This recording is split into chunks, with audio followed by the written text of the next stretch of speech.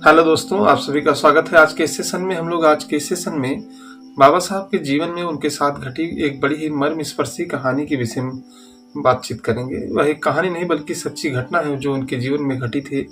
कैसे एक व्यक्ति ने उनके लिए अपनी जान कुर्बान कर दी और हम लोग आज उनके नाम पर क्या कर रहे हैं, हमें सोचना चाहिए।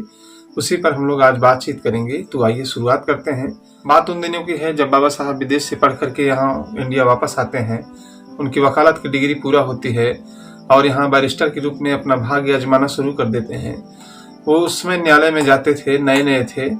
एक दिन का वाकया होता है, बाबा साहब अपनी गाड़ी में बैठ करके कोर्ट के लिए निकल ही रहे थे कि कोर्ट के पास ही एक होटल था, एक सराय था जहाँ वे रुकते हैं पानी पीने के लिए। उन्हें प्यास लगती है। वहाँ होटल में एक वेटर के रूप में छोटा सा बच्चा काम करता था जिसकी उम्र तकरीबन 9-10 साल रही होगी। वे उस बच्चे से पानी मंगाते हैं। वह बच्चा गिलास साफ करता है, पानी उसमें डालता है और सोचता है कि जाकर के बाबा साहब को दे दूं। वह जैसे ही पानी लेकर के चलता है, होटल का मैनेजर उससे पूछता है, तो ये पानी किसके लिए लेके जा रहा है? वह बताता है कि वो साहब जो गाड़ी में बैठे हैं, जो पास ही के कार्यालय में काम करते हैं, मैं उनके लिए पानी लेके जा रहा हूँ। वह होटल का मैनेजर उन्हें बड़ी तेजी से ही डांट देता है उस बच्चे को। वह कहता है, तू मेरा धंधा बंद कराएगा? कल से लोग मेरे होटल पे कोई खाना नहीं खाएंगे। वह एक अछूत आदमी है, तुम उसके लिए पानी नहीं ले जा सकते हो। और वहां से बाबा साहब ये सारी घटनाक्रम को देख रहे थे।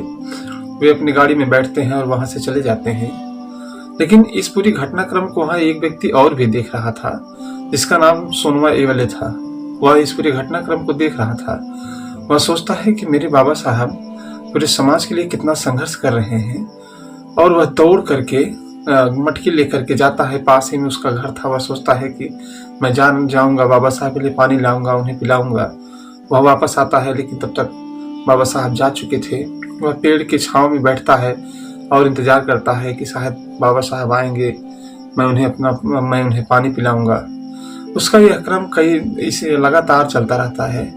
वह रोज उसका एक ही काम था कि जाता, घर से मटके में पानी भर के ले आता और पेड़ की छांव में इंतजार करता कि मेरे साहब आएंगे, मैं उन्हें पानी पिलाऊंगा। ये क्रम उसका कई दिनों तक ऐसे चलता रहा। 1-2 दिन नहीं, 4-6-10 दिन नहीं, बल्कि 3 महीनों तक लगातार उसका यही कार्यक्रम होता कि वह रोज पानी लेकर के वहां बैठता। एक दिन बाबा साहब के कार्यालय में काम करने वाले उनके सहयोगी ने बताया कि बाबा साहब, एक व्यक्ति है जो आपके इंतजार में वहां पेड़ की छांव में बैठा है। वो आपका इंतजार करता है पानी लेकर के। चूंकि बाबा साहब के साथ जब उस दिन घटना घटी थी तो उस घटना के बाद से बाबा साहब ने उस रास्ते को बदल लिया था। वहां उस रास्ते से वे नहीं जाते थे। उन्हें बड़ा असहज सा महसूस होता था। उसके बाद बाबा साहब जब इस बात को पता पाते हैं कि कोई मेरे लिए इंतजार करता है, मेरे लिए पानी भर के बैठा हुआ है, बाबा साहब उस व्यक्ति से मिलने के लिए जाते हैं। वो वहां जब पहुंचते हैं तो एक टूटी हुई मटकी पड़ी हुई होती है। लोगों से पता चलता है कि एक व्यक्ति यहाँ बैठा करता था जो कहता था कि मेरे साहब आएंगे, मैं उन्हें पानी पिलाऊंगा। लेकिन आज 3-4 दिन से यहाँ दिखाई नहीं दे रहा है। उसका घर पास में ही था। बाबा साहब उसके घर पे जाते हैं। वहाँ घर पे जाने के बाद पता चलता है कि उसका नाम सोनवा एवले था। वह मेरे लिए रोज पानी लेकर के बैठता था। पिछले 4 दिन पहले ही उसकी मृत्यु हो गई है। जब बाबा साहब पता पाते हैं कि उसकी मृत्यु हो गई है, वे बड़े दुखी होते हैं। तो वे वापस आते हैं उसी पेड़ की छांव में जहां सोनवा एवले रोज पानी लेकर के बैठता था बाबा साहब के लिए। वे बैठ करके वहां फूट फूट करके रोते हैं कि एक व्यक्ति मेरे लिए अपनी जान कुर्बान कर दिया। वे वहां प्रण लेते हैं कि सोनवा, तुम्हारी तो जान चली गई पानी के लिए, लेकिन मैं अपने समाज को ऐसा पानी उपलब्ध कराऊंगा जिसमें वे स्वच्छ पानी में अपने पशु धो सकेंगे। जिस पानी को वे पी नहीं सकते हैं, उस पानी में अपने पशु तक धो सकते हैं। और उनकी यही दृढ़ प्रतिज्ञा उन्हें महार तालाब, चौदार तालाब तक ले गई। चौदार तालाब के पास, जहाँ पर किसी को पानी पीने का अधिकार नहीं था।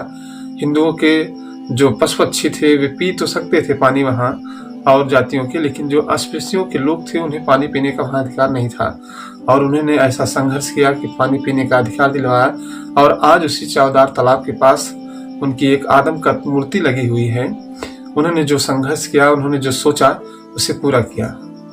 ये मिशन, ये मोमेंट जो चल रहा है, इसमें हम सभी को मिलना चाहिए।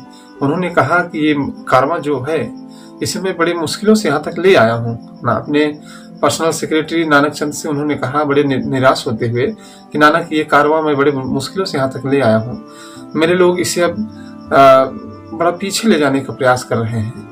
मेरी उनसे बस यही एक विनती है कि वे लोग इस कारवां को पीछे न जाने दें, हो सके तो आगे ले जाएं, अगर न आगे ले जा पाए तो इसे इसी स्थान पे छोड़ दें। उन्हें कोई अधिकार नहीं है कि वे इस कारवां को पीछे ले जाएं। लेकिन हमारे समाज के लोग उनके नाम पर वोट ले रहे हैं, नेता बन रहे हैं, लेकिन उन्होंने अपना सर कभी हमारे समाज की तरफ नहीं किया, पीठ हमेशा हमारे समाज की तरफ किया, वोट लिया, लेकर के चले गए, लेकिन हमारे दुख, हमारी मुसीबत कभी देखने नहीं आए। और हम भी उनके नाम पर कभी उनके साथ जुड़ना नहीं चाहते, उनके मिशन मूवमेंट के साथ नहीं जुड़ना चाहते हैं। तो ये लड़ाई एक मिशन मूवमेंट की है, संविधान को बचाने की लड़ाई है। हम सभी का कर्तव्य है, हम सभी का दायित्व है कि बाबा साहब के किए गए कार्यों के फलस्वरूप हम लोगों को जो अधिकार मिला है उन्हें हमें बचाना है और उन्हें समाज को जागरूक करना है। तो फिर अगले सेशन में मुलाकात होगी एक सच्ची घटना के साथ जो बाबा साहब के जीवन में घटी, जो घटना लोगों के बीच तक नहीं पहुंच पाई है, जो उनके जीवन में किए गए कार्य हैं। मेरा प्रयास है कि उन्हें लोगों के बीच पहुंचाए। जय भीम, जय मंडल, जय संविधान, जय समाजवाद।